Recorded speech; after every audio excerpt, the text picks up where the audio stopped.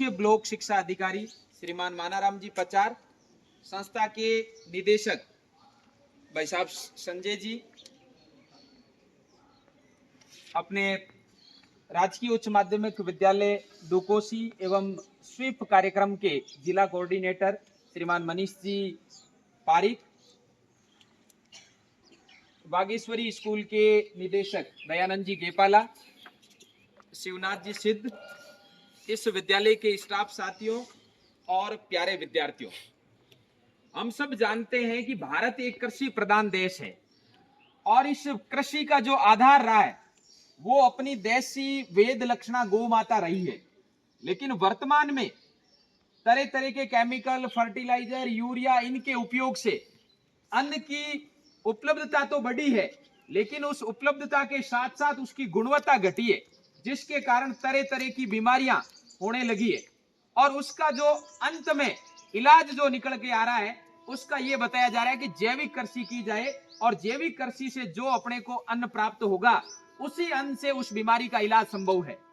या तरह तरह की जो औषधियां हैं उनका उपयोग करने के बावजूद भी पंचगव्य निर्मित औषधियां हैं उनसे इलाज संभव होने की थोड़ी बहुत संभावनाएं रही है। तो हम लोग वापस उस गो संस्कृति की ओर लौटे। हालांकि अपन लोग ग्रामीण परिवेश के हैं, इसी संस्कृति को मानने वाले, लेकिन शहरों में लोग गो संस्कृति को भूल गए हैं। उस संस्कृति को पुनः स्थापित करने के लिए विभिन्न स्वयंसेवी संगठनों ने, संतों ने, समाज सुधारकों ने, विभिन्न प्रशासनिक अधिकारियों ने करके और निर्णय लिया है कि इस युवा पीढ़ी को गोवर्धन हेतु तैयार करने के लिए, इस युवा पीढ़ी को गाय को मां मानने के लिए तैयार करने के लिए, इस युवा पीढ़ी को गौ रक्षार्थ तैयार करने के लिए अपने अध्ययन के साथ साथ एक नए आयाम गो विज्ञान परीक्षा के रूप में इसकी संकल्पना को साकार किया है। उसमें आप सबको परीक्षा में भाग लेने के लिए आह्वान करने के लिए हम लोग आए। हम सबका सौभाग्य है कि इस परीक्षा के आयोजन के निमित्त आप लोगों को सूचना देने के लिए अपने ब्लॉक के मुख्य ब्लॉक शिक्षा अधिकारी जी पधारे, तो वो भी हमारे लिए एक सौभाग्य की बात है। प्यारे विद्यार्थियों, हम जिन देवी देवताओं की पूजा करते हैं वो स्वयं देवी देवता गौ माता की पूजा करते हैं, अर्थात इष्ट की भी महा इष्ट गौ माता है। यानी हम जिनको इष्ट मानते हैं वो इष्ट तो खुद गौ माता को इष्ट लिए हुए बैठे हैं। गाय एक चलता फिरता देवालय है। गाय के रोम रोम में ऋषि महर्षि 33 कोटि देवी देवता निवास करते हैं। हम यदि एक मंदिर में जाकर के, गणेश जी के मंदिर में जाकर के प्रसाद चढ़ाते हैं तो गणेश जी प्रसन्न होते हैं, हनुमान जी के मंदिर में जाकर के प्रसाद चढ़ाते हैं तो हनुमान जी प्रसन्न होते हैं। लेकिन यदि हम भाव से रोटी पे गुड़ डाल करके और गौ माता को यदि भाव से यदि गुड़ रोटी खिलाते हैं तो एक साथ 33 कोटि देवी देवताओं के भोग लगता है और गौ माता की परिक्रमा करने से सभी देवी देवताओं का फल प्राप्त होता है। यदि श्रद्धा से हम गाय को मां मान करके और यदि अपन परीक्षा देने के लिए कहीं यात्रा पे जाते हैं और परिक्रमा करने जैसी स्थिति हो तो परिक्रमा करके जाएं, नहीं तो श्रद्धा से सिर झुका के जाएं तो वो कार्य सफल होता है। कितना बहुमूल्य इनकी घी, दूध, दही जो पंचगव्य बनता है कितना बहुमूल्य है। सैकड़ों प्रकार की बीमारियों का इलाज इनसे संभव है। गोमूत्र से कैंसर जैसी भयानक बीमारी ठीक होती है। हम लोग गाय को गलती से जानवर मान लेते हैं, जबकि गाय जानवर नहीं बल्कि गाय तो भारत की जान है।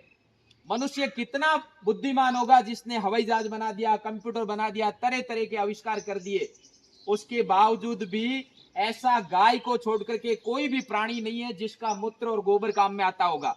मनुष्य जहां मूत्र का त्याग कर देता है वहां व्यक्ति कोई पास में जाना पसंद नहीं करता, लेकिन गौ माता गंदी नाली का पानी पी करके भी, गंगा जल से भी पवित्र गोमूत्र का त्याग करती है। उस गोमूत्र को यदि हम अपवित्र से अपवित्र जगह पर छिड़क देते हैं तो उस जगह को पवित्र माना जाता है। गाय के गोबर का लेपन करके अपवित्र जगह को भी हम पवित्र करते हैं। परमाणु विस्फोट के कारण जो खतरा हुआ था, परमाणु विस्फोट के कारण जो विसंगतियां पैदा हुई थी, उनका एक इलाज था कि गोबर का लेपन कर दिया जाए, वहां पर परमाणु विस्फोट का खतरा कम हो जाएगा। तो जिस प्राणी का गोमूत्र और गोबर इतना बहुमूल्य है, भला वो प्राणी देवताओं से सर्वोपरि है।